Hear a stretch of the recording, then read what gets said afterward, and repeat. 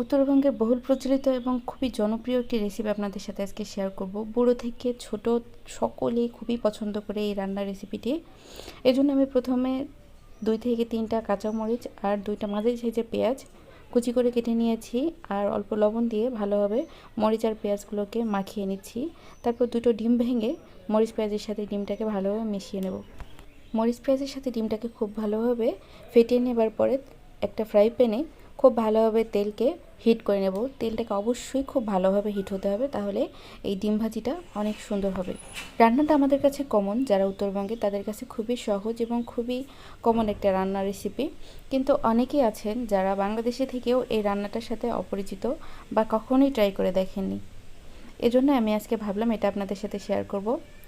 ডিমটাকে যখন একদিক থেকে খুব ভালোভাবে হয়ে যাবে, তারপর আমি উল্টো দিকে দিয়ে ভালোভাবে ভেজে নেব। ডিমটাকে ভালোভাবে ভাজা হয়ে গেলে পছন্দ মতো সাইজে টুকরো করে কেটে নেব।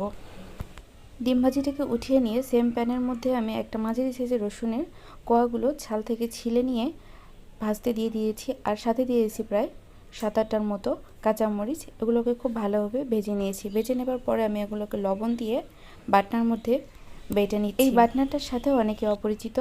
এই বাটনাটা আমাদের উত্তরবঙ্গের খুবই ঐতিহ্যবাহী একটি গৃহস্থলীর সামগ্রী, যেটা শিলপাটা কিংবা ব্লেন্ডারে কাজ করে। 7-8টার মতন আলু আমি আগে থেকে সিদ্ধ করে নিয়েছি। এবার আমি এই পিষনিটার সাহায্যে আলুগুলোকে পিষে নেব। তবে আলুগুলোকে আমি খুব বেশি পিষবো না, একেবারে ভর্তার মতন মিহি করে পিষবো না। সবগুলো আলু পিষে নেওয়া হয়ে গেলে আমি এতে 2 কাপের মতন পানি দিয়ে আলুটাকে একটা পাতলা ব্যাটার বানিয়ে নিচ্ছি। দেখুন আমার আলুটা খুব মিহি করে বাটা হয়নি। আলুটাকে ঠিক এমনভাবে বেটে নিতে হবে যাতে খুব বেশি মিহি বাটাও না হয়ে যায়, আবার খুব বড় বড় দানাও না থেকে যায়। এরপর একটা প্যানের মধ্যে 2টা পেঁয়াজ তেল দিয়ে ভালোভাবে ভেজে ব্রেস্তা বানায় তুলে নেব। খেয়াল রাখতে হবে পেঁয়াজটা যেন ভাজা হতে হতে একদম লাল না হয়ে যায়। এটা যখন বাদামি কালারের মতো থেকে যাবে তখনই আমি এটা তুলে ফেলবো। তারপর চলে যাচ্ছি রান্নার পরবর্তী প্রসেসে। যদি প্রয়োজন মনে হয় তাহলে এখানে তেল আর একটু বাড়িয়ে দিতে পারেন। আমি এর মধ্যে তেলের মধ্যে দিয়ে দিচ্ছি 1 চা চামচ আস্ত জিরা, একটা তেজপাতা দিয়ে তেলের মধ্যে কিছুক্ষণ নেড়ে চেড়ে ভেজে নেব একটা সুগন্ধি আসা পর্যন্ত। খেয়াল রাখতে হবে জিরাটা যেন পুড়ে না যায়, এতে করে ফ্লেভার নষ্ট হয়ে যেতে পারে। আমার জিরাটা থেকে একটা সুগন্ধ ছড়ানোর পরে আমি এর মধ্যে দিয়ে দিচ্ছি আমার আলু থেকে যে ডালটা তৈরি করে রেখেছিলাম সেটা। আমি তেলের মধ্যে দিয়েই সাথে সাথে ঢাকনাটা দিয়ে দিচ্ছি, যাতে করে বাগার দেওয়ার যে সুগন্ধটা থাকে সেটা যেন ভিতরেই থেকে যায়। এরপর ঢাকনাটা খুলে বেটে রাখা মরিচ আর রসুনের বাটাটা দিয়ে দেব। তারপর দিয়ে দেব হলুদের গুঁড়া পরিমাণ মতো, মশলা জিরার গুঁড়া, আর অল্প কিছুটা ধনিয়ার গুঁড়া, আর দিয়ে দিচ্ছি 1/2 চামচ গরম মশলার গুঁড়া দিয়ে এবার ভালোভাবে কষিয়ে নেব যতক্ষণ পর্যন্ত না ডালটা ঘন হয়ে আসে। জালটাকে মিডিয়ামে করে রেখে ভালোভাবে কষিয়ে নিতে হবে। এই কষানোটা খুবই গুরুত্বপূর্ণ।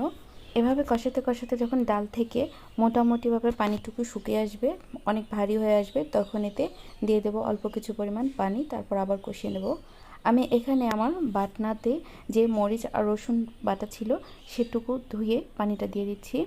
আমি আবারও কিছুক্ষণ কষিয়ে নেব এই পানিতে। আমি কিন্তু আগে আর লবণ ব্যবহার করিনি, কারণ আমি যখন মরিচ আর রসুনটা বেটেছিলাম তখন আমি কিছুটা লবণ দিয়েছি, তাই আমি পরবর্তীতে চেক করে তারপর লবণ দিয়ে দিচ্ছি। তারপর আবারও মিনিট খানেক কষিয়ে নেবার পরে এবারে পরিমাণ মতো পানি দিয়ে ডালটাকে যতটুকু পরিমাণ পাতলা কিংবা ভারী করতে চান ততটুকু পরিমাণে পানি দিতে হবে। এই ডালটা যখন পরবর্তীতে রান্নার পরে ঠান্ডা হয়ে যাবে তখন অনেক ভারী হয়ে যাবে, তাই আমি একটু বেশি পাতলা করে রান্না করার জন্য পরিমাণ মতো পানি দিয়ে দিচ্ছি এবং পানিটাকে ডালের সাথে ফোটানোর জন্য জাল করে নিচ্ছি ঢাকনা দিয়ে প্রায় 3-4 মিনিটের মতন। যখন ভালোভাবে বলক উঠে আসবে তখন আমি ঢাকনাটা তুলে একবার নেড়ে চেড়ে এর মধ্যে ওই ভাজা ডিমগুলো ছেড়ে দিয়ে দিব। আমার ডালটা এখনও অনেক পাতলা দেখাচ্ছে, কিন্তু যখন আমি ডিমটা ছেড়ে দেবো ডিমটা অনেকটা পানি শুষে নিয়ে ফুলে উঠবে আর ডালটাকে আরও ভারী করে দেবে, এবং পরবর্তীতে যখন ডালটা ঠান্ডা হয়ে যাবে তখন আরও বেশি ভারী হয়ে যাবে। এজন্য আমি পরিমাণ মতো পানি দিয়ে ডালটাকে পাতলা করে নিয়ে জাল করে নিচ্ছি। তারপর ডিমটাকে ঢাকনা দিয়ে কিছুক্ষণের জন্য ডালের মধ্যে ফুটিয়ে নেব। এই তো রেডি হয়ে গেল আমার আলুর ডাল ডিম ভাজি। এর মধ্যে দিয়ে দিচ্ছি আমি পেঁয়াজ বেরেস্তাটা দিয়ে জালটা অফ করে কিছুক্ষণের জন্য ঢাকনা দিয়ে ঢেকে রেখে দেবো। তারপর আমি পরিবেশন করব। দেখুন এতক্ষণ পর্যন্ত অনেক পাতলা দেখা গেলেও এখন কিন্তু ডালটা আমার পারফেক্ট একটা থিকনেসে চলে এসেছে। এটা কিন্তু খুবই সুস্বাদু, আমাদের উত্তরবঙ্গের ছোট বড় বুড়ো সকলেরই খুবই পছন্দ। যাদের কাছে রেসিপিটি নতুন তারা অবশ্যই বাসায় একবার হলেও ট্রাই করবেন। আশা করছি ভালো লাগবে, আপনার ফ্যামিলির সবাই খুবই পছন্দ করবে। পরিবারকে নতুন কিছু দিতে পারলে আমাদের সবারই খুবই আনন্দ লাগে।